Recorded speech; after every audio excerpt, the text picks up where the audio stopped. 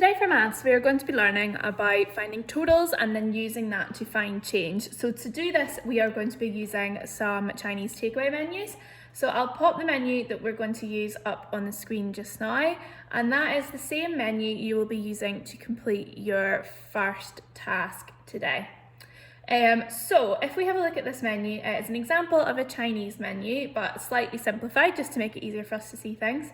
So on our starters and sides, we've got crispy duck, we've got side orders like curry sauce, black bean sauce. Our main meals is in the middle, and then our drinks are at the side, so it's split up there. So we have a few choices. So your questions today are going to ask you, and there's different questions for different groups, but they're going to ask you to find some totals, maybe find some change and solve some problems. So let's have a look at how we would do this. The first thing we're going to have a look at is I'm going to purchase a starter, a main meal and a drink. So I decided I wanted to have some crispy duck, which is £6.90. That's not 6.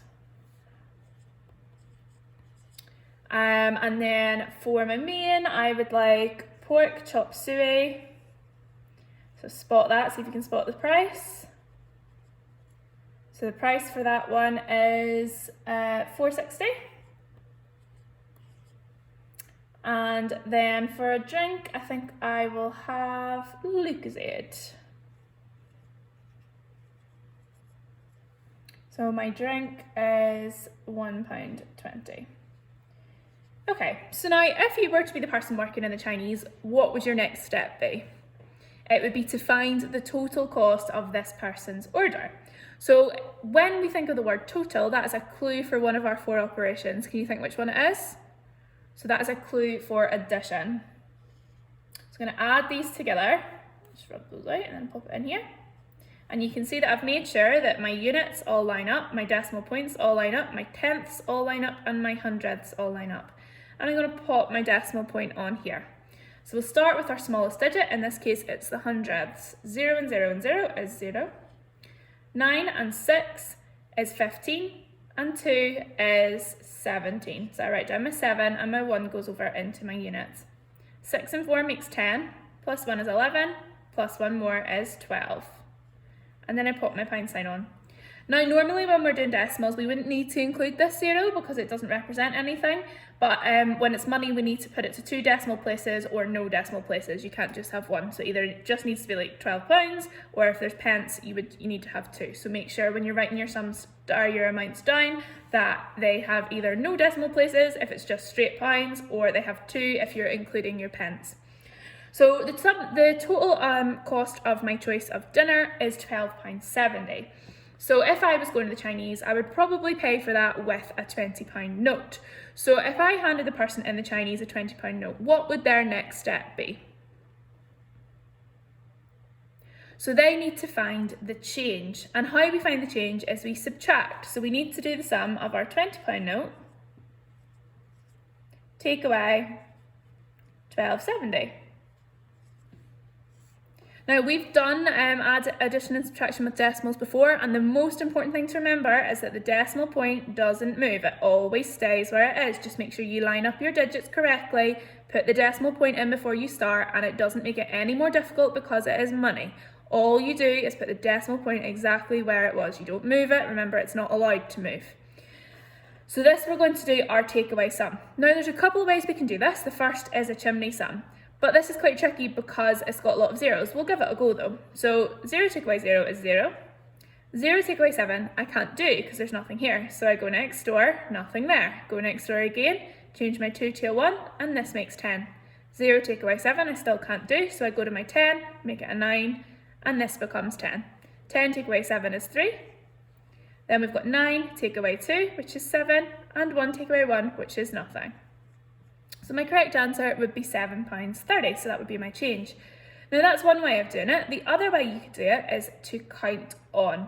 So I could write down £12.70 and £20. And we know that subtraction can be done like in a Samson method of counting up to the next number. So what I'm going to do is I'm going to add on 30p to make the 12.70 up to £13. So I will add on 30p, and that will make me up to £13. Then how many more pounds do I need to make it up to 20? The answer is 7. And then I'll just put my two numbers together, which would make £7.30. And you can see that I got the same answer whether I use the chimney sum method or the counting on method. But you can see that I also showed my working clearly, even for the counting on method, and didn't just write down the answer. Now, a lot of times when we're doing mental maths, just the answer is fine, but because we're learning about how to find change, I want you to make sure you in some way show me the sums you've done, because we had situations last week where people were submitting their work and I couldn't see what it was they were doing wrong to help them because they hadn't done any working out. So make sure you're showing your working out, so if there's any issues, I can support you with that. So that's talked you through how to do our first calculation. Now what I would like you to do is I'm going to write down an order, and I want you to pretend you're the person in the Chinese that's taking it. So there's going to be some spring rolls at £1.80. There's going to be some boiled rice.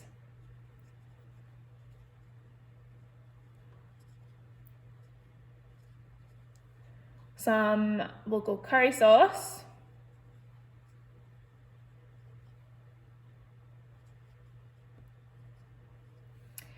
And then I think, we'll not have a main, we'll just have a drink. We'll go for lemonade. Now lemonade is 90p, so I can either write it down as 90p, but because these are all in pounds, I'm going to do it as a pounds amount like that.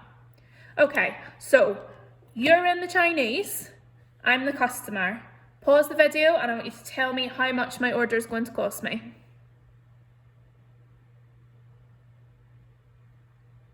Okay, so let's work this out and see if you've got it right. So I'm going to add up my total, because remember total stands for adding. So 0 and 0 and 0 and 0 is 0. 8 and 3 is 11. One more is, 8 and 3 is 11, and 9 more makes 20. So I put my 0 and I carry my 2. 1 and 2 is 3, 1 more is 4, and 2 more is 6. So my order is going to cost me exactly £6. So give yourself a tick if you got that.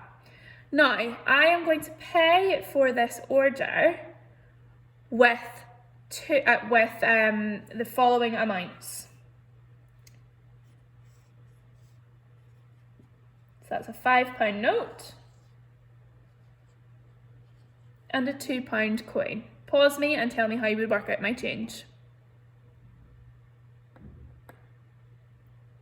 Alright, for this one, it's really simple. We add 5 and the 2, that's £7. So I've paid with £7, but my total is 6. What is the difference between 7 and 6?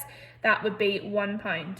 Now, for something like that, you don't need to show your working, because that is super, super simple. But if it is anything a bit more complex, make sure you do a little timeline jump or a chimney sum for that.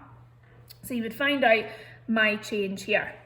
Now, something that I noticed you were doing last week is a lot of you, if you had maybe 7 or 8 items, were doing a giant chimney sum for 7 or 8 items. And a lot of you got that right, and that's great, but that's a really, really easy way to make errors quite easily, because there's lots of numbers, and the more numbers we put on, the more confusing things get. So if you have a big order, so for example maybe like 4 starters, 4 mains and 4 drinks, you might want to add the starters up first, then the mains, and then the drinks, and then put your totals all together to find your total cost.